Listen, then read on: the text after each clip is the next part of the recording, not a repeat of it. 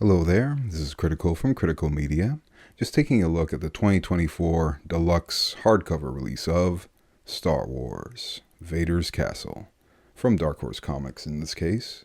And what we usually do at this channel is give you an idea of what to expect if you ever come across these books in the wild. So we go over the exterior, some bonus material, art and plot points, and then a brief review at the end. Now, yes, as mentioned, this is actually a library hardcover release, or as it's dubbed, a collection. And yeah, the book is quite imposing, at least in terms of the exterior. Yeah, the book is basically very common to like other Dark Horse releases, like Kali, for instance. But just to give you an impression, this is like a DC deluxe hardcover. So you can kind of see how, yeah, it would pretty much dwarf an Omni or, pretty much any book in the similar paper trim or less, right? Of course, yeah, you're going to have like absolute editions or gallery editions or whatnot that, yeah, may be more imposing, right? But another imposing thing is, yes, the design here, the cover being from, of course, Francesco Francavilla, or Francavilla, I should say.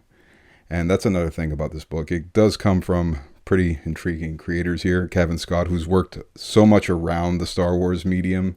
I always joke that the way he writes about Star Wars, he's very similar to like the old Dark Horse Comics back in the day. Just awesome sauce. And it's ironic considering he's worked on other stuff like High Republic and all that.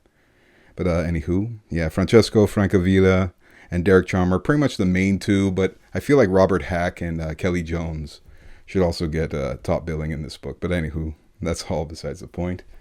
Yeah, walking around the exterior though, very notable are the black pages used, which is such a great touch, if you ask me.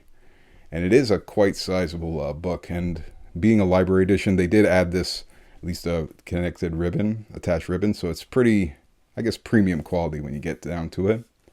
And similar to Dark Horse or Image Comics, it is a flat design on the spine, and just a hardback art, and of course it's the Francavilla artwork here. It's, as usual, it has that pop noir to it. Man, this guy, I always find like him and Michael Lark, they really size up together. As a matter of fact, I think they did work together on, I think either Gotham Central or something like that. Oh, ironically, yeah, the same book here. In a way, Francavilla worked on this, and I think, yeah, that's where I'm getting the Gotham Central vibes from. But anywho, oh, actually, no. He also worked with him on Captain America. There you go. I don't know why that just came to mind because I read it the other day. Anywho. But at least in terms of the bonus material, it is quite sizable, being, I guess, a library edition. I guess it makes sense. So yeah, it does have art from many creators, and you'll notice how the artwork really does kind of bounce from like a young reader format to something way more serious, like you just saw here with Robert Hack, one of the headliners, as well as Kelly Jones. Man, I love Kelly Jones's overall work. You may remember Kelly Jones from like Batman, like Nightfall and whatnot. So awesome in that respect. But anywho, yeah, you're just getting these very striking designs, of course, from Francavilla. Like, man, like he really put a lot of effort into this series, and probably one of the standout stories here with Asajj Ventress. Definitely one of the bangers of the series. But yeah, predominantly just a lot of cover art. I do wish there was a bit of more in terms of interviews, but hey, I guess we'll all take our own. Personally, this cover always creeped me out.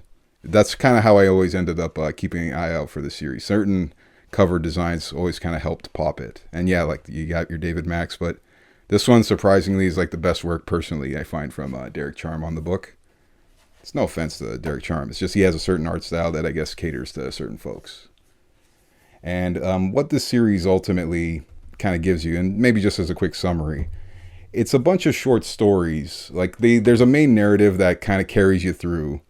But then there's these short stories that basically each character is trying to like convince each other, overcome your fears kind of thing, So there's all these little tall tales, and at least the excuse for why the artwork in each issue tends to be a little bit different.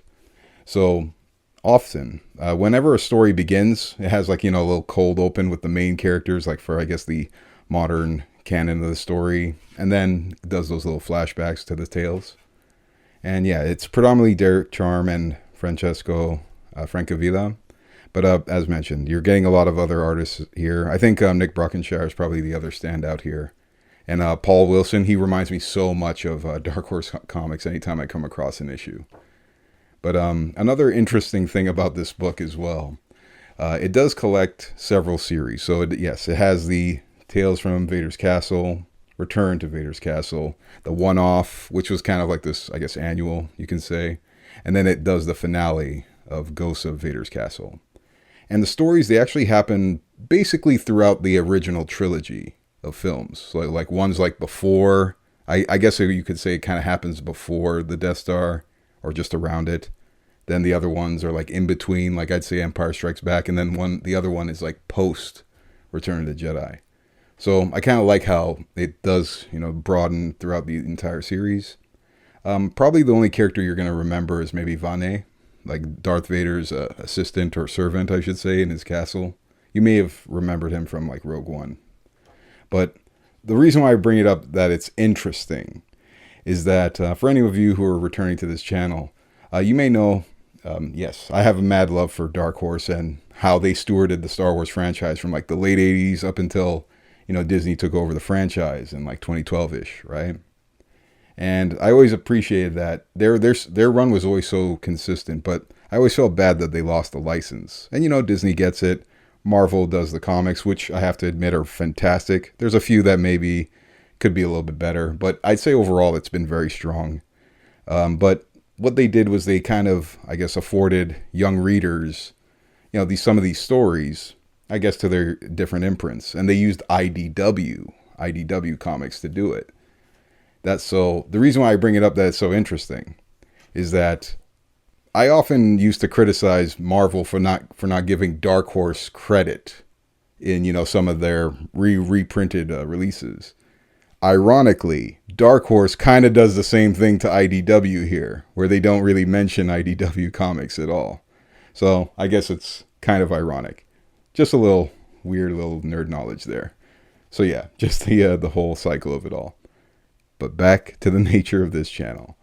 So as mentioned, it's kind of just centers around this little ragtag group of rebels. Lena Graff is their commander. You got HUD. Those are probably the two that definitely have reoccurring threads.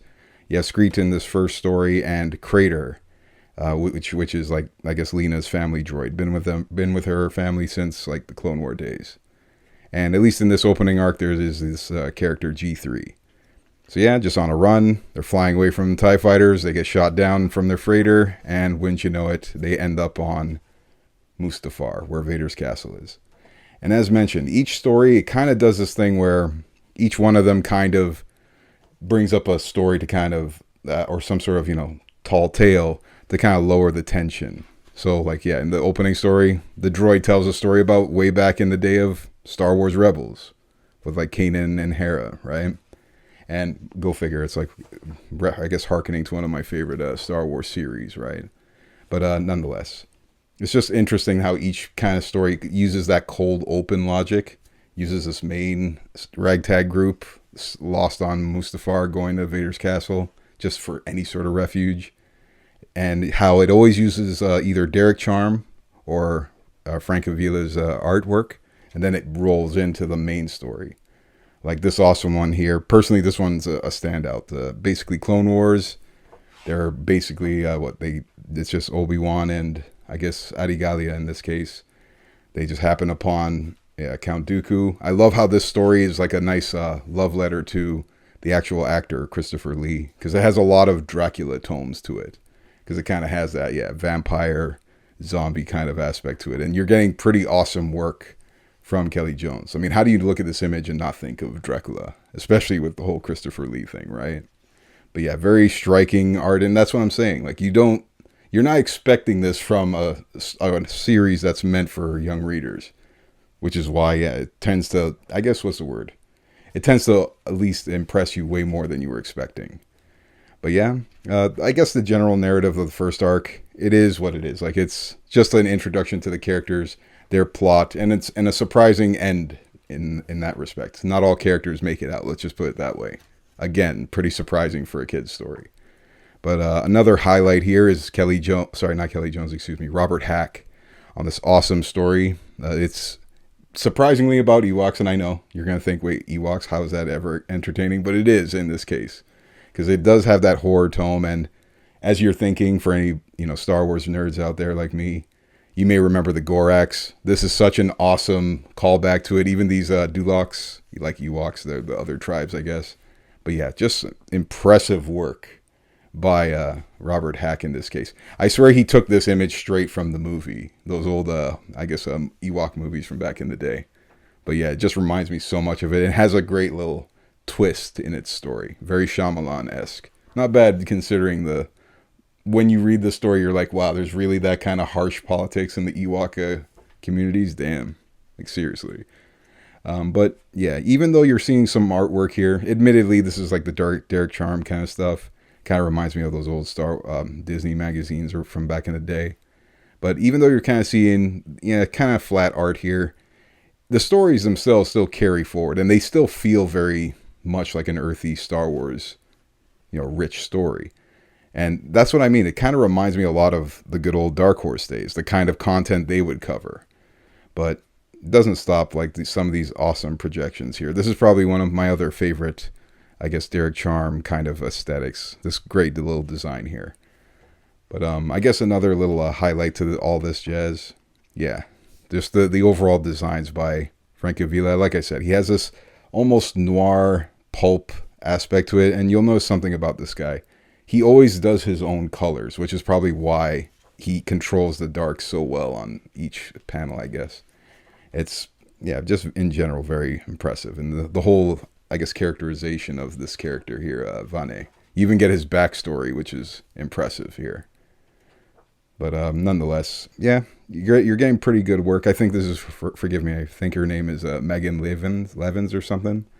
A very face value story, but you know what? It's nice to see Darth Maul in any category. And this story was set up very well for this one.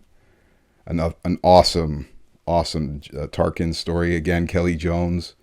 Perfect kind of setup to the horror, and it fits with his character. For anyone who remembers, he was like a hunter kind of thing. Awesome in that respect.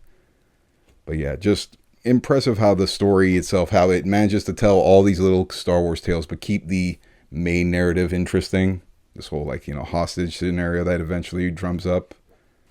But yeah, each tale has its own little, pros and cons to it, I guess. But yeah, this Asajj Ventress one, not so much of a horror, but it feels more like just a great, perfectly wedded story for her character, especially at this point where she's more like a bounty hunter, so to speak. It fits very much well to her character. But yeah, pretty awesome work nonetheless. This artist here, forgive me, I think his last name's Wilson, excuse me, I saw it earlier. But this particular artist, he reminds me so much of the Dark Horse days. This particular kind of use of color, the kind of subject matter you're getting in this one. Again, you will get a lot of tomes of this zombie aspect, or even little hints of the initial Dark Droids arc that Marvel ended up using. Actually originates from this book. So it's pretty impressive that it went that far. But yeah, just nonetheless, surprisingly, it holds up surprisingly well overall. I'm always impressed with, what's the word? I guess just that I wasn't expecting it to be as good as it was, and yet it just continually impressed me, I guess. It's just so damn good.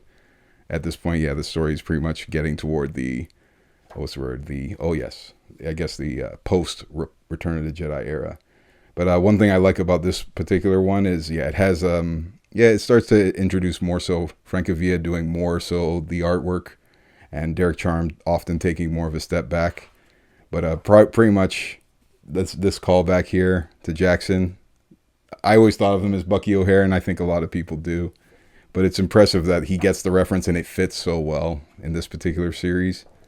But man, speaking of which, another callback to the Robert Hack artist. I wish we got more of this guy in general, just not just in Star Wars, but just in general with the comic book medium. But man, this story, not only does it have awesome art, it'll pretty much trip you out. Pretty hectic designs, let's just put it that way. It'll stay in your memory for sure, just like it did for me. But you know what? I guess that's enough of a preview there. Like I said, because it's a lot of different stories, different tales that, I guess they're supposed to help you, override your fears. Anytime you have anxiety or whatever. Ironically, you come to Vader's castle for that, right? it's just surprising to come from an imprint like IDW initially, and the whole irony of this release being from Dark Horse. I just love the fact that it actually exists, and it's more impressive than you think. I wouldn't just say go out and get it. Maybe just sample it, see how much of, some of the art you can kind of look over. Like I said, the Derek Charm art does come off a little bit flat, in my opinion. But if you can get over some of those things, you do get, sort of well prized with some awesome work by Robert Hack and Kelly Jones. And Frank Avila absolutely did not have to do as great a job as he did on this series, but I'm thankful that he did. But you know what? That's just my 2 cents on it. And as always, I'd love to hear yours in the comments down below. Y'all folks take care and enjoy the rest of your day.